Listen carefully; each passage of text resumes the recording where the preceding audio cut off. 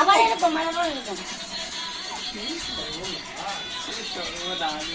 video করতেছে কিছু শিখে দেখো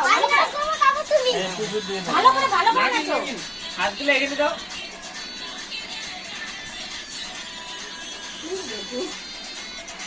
এখন হাতগুলো এখানে দিতে হয়